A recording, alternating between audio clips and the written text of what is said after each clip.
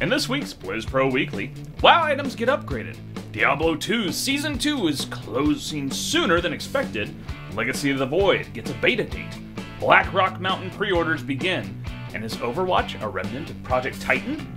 Hear what game director Jeff Kaplan has to say about that.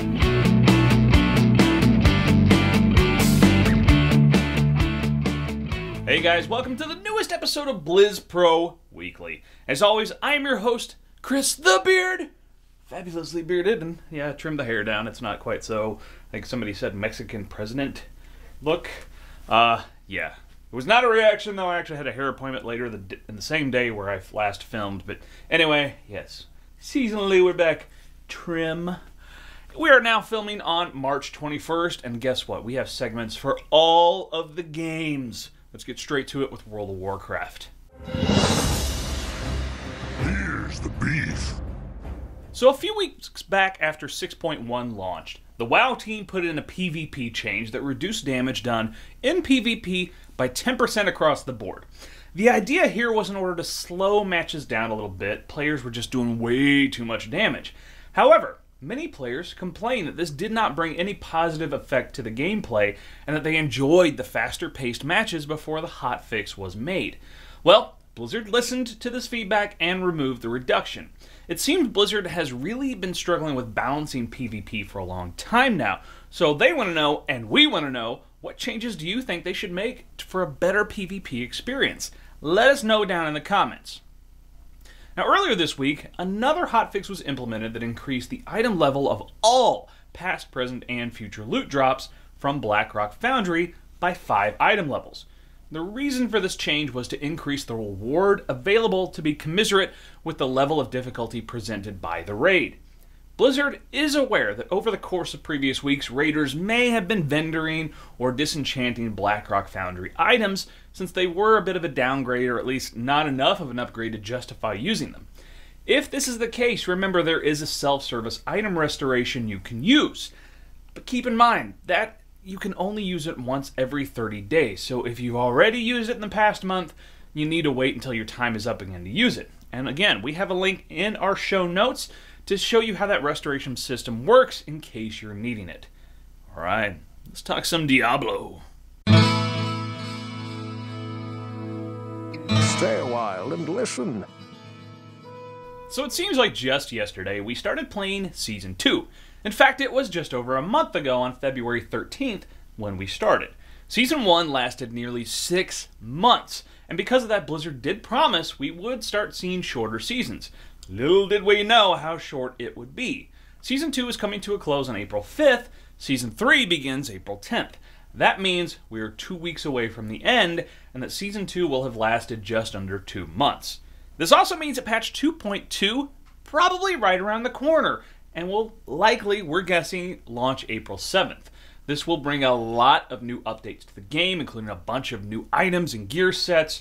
And check our previous videos. We've been talking about it a lot recently. So how far did you get in Season 2? We want to know. Throw it down in the comments.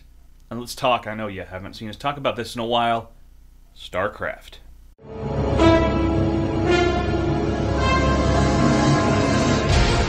Want a piece of me, boy? So are you StarCraft fans ready for the exciting final chapter of StarCraft II? Are you chomping at the bit for that Protoss single-player campaign? Well, we are getting a lot closer. Last week, Blizzard announced that Legacy of the Void beta begins March 31st, right? Blizzard has said this will be a bit rougher than past StarCraft II betas since they are releasing it a bit earlier than they usually would.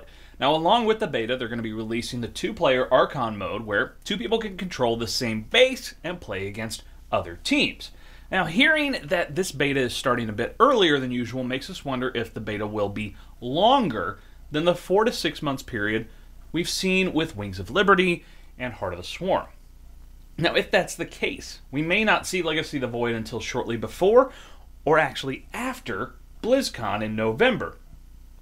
Now, considering the WCS is taking place at BlizzCon, that might really be by design, so they're not releasing a new version of the game during the current season, so we may see it after the WCS Championship. Either way, we're pretty excited to see the beta starting soon, and hope to be able to check it out as soon as it's available. Alright, how about we do a little Heroes of the Storm?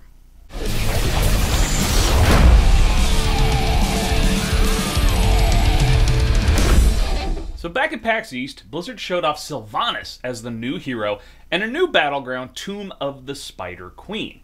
We now have a release date for that content, and it's this week. We expect to see it release this Tuesday, so maybe by the time you're watching this video. Along with the new hero and battleground will be a bunch of gold players will be receiving. Now they're adding some new gold benefits for players reaching level 40, and those players that have already done it will retroactively be given 10 grand in gold to make up for it. Pretty cool, right?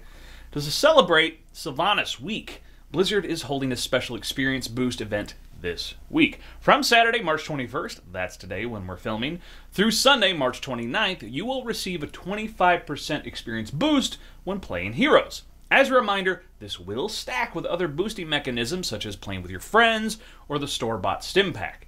This is a great way to get those characters to level 5, so you get that little 300 gold bump every time you do it. Now, final thing Blizzard is releasing this week is a bunch of new skins and mounts. Of course, there will be a couple Sylvanas skins.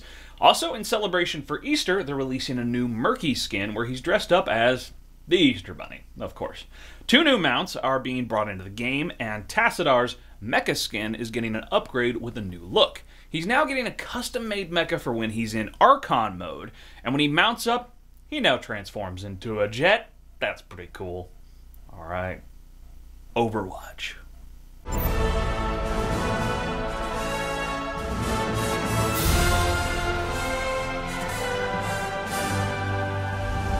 The world could always use more heroes. So in an interview with Polygon, Overwatch game director Jeff Kaplan talked more specifically about how the game arose from the ashes of the Titan project, but also how Blizzard's current game offerings have had an effect on how it's gone so far. Now, something that surprised us coming out of this article is how hard Kaplan is working to drive home the point that Overwatch is not just a piece of the intended Titan experience sort of spun out into its own game, but instead it took something that's built from scratch and took some design lessons learned by the Titan dev team. Also of interest, the team is starting to consider the esports possibilities of the game already, which is kind of a duh. Kaplan told a story about how the Overwatch QA team took funds intended for a party and instead threw an in-house tournament for the game.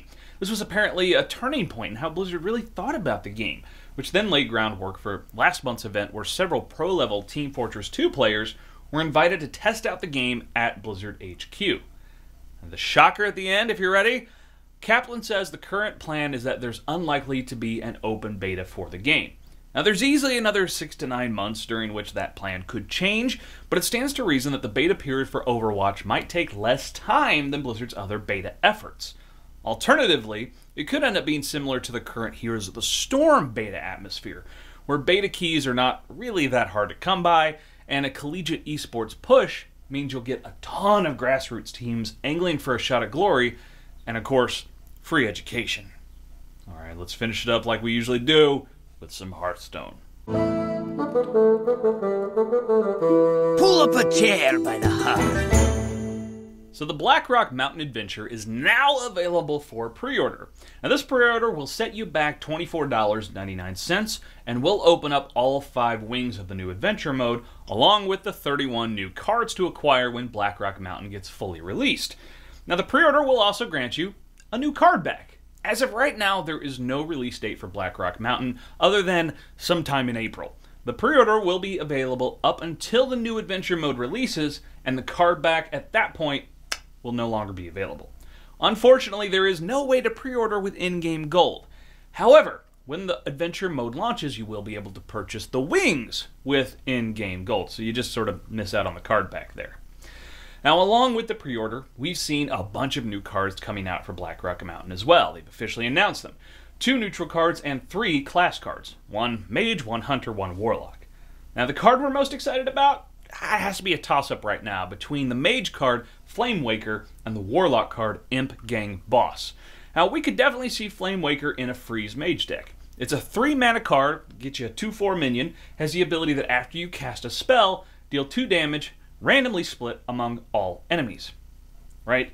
Now, if you have any chance you have the coin and your opponent doesn't have any minions in play, then you could do 21 damage on turn 4 by playing coin, frostbolt, double ice lance. Pretty freaking nasty, alright?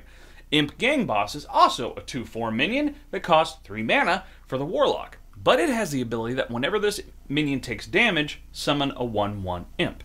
This will be a great addition to a Zoo Warlock deck, and it just might replace Harvest Golem, in fact. So if you want to check out all the other cards revealed so far, BlizzPro, of course, has a spoiler list, and we've got a link down in the show notes. So that does it for this show, and it's been awesome, as always. Subscribe right here on YouTube, iTunes, give us a thumbs up, a like, a high rating, all that good stuff. You want to check out BlizzPro TV, listen and subscribe to Westmarch Workshop, Hearthstone Power Hour, Heroes Power Hour, and Real Life Respec.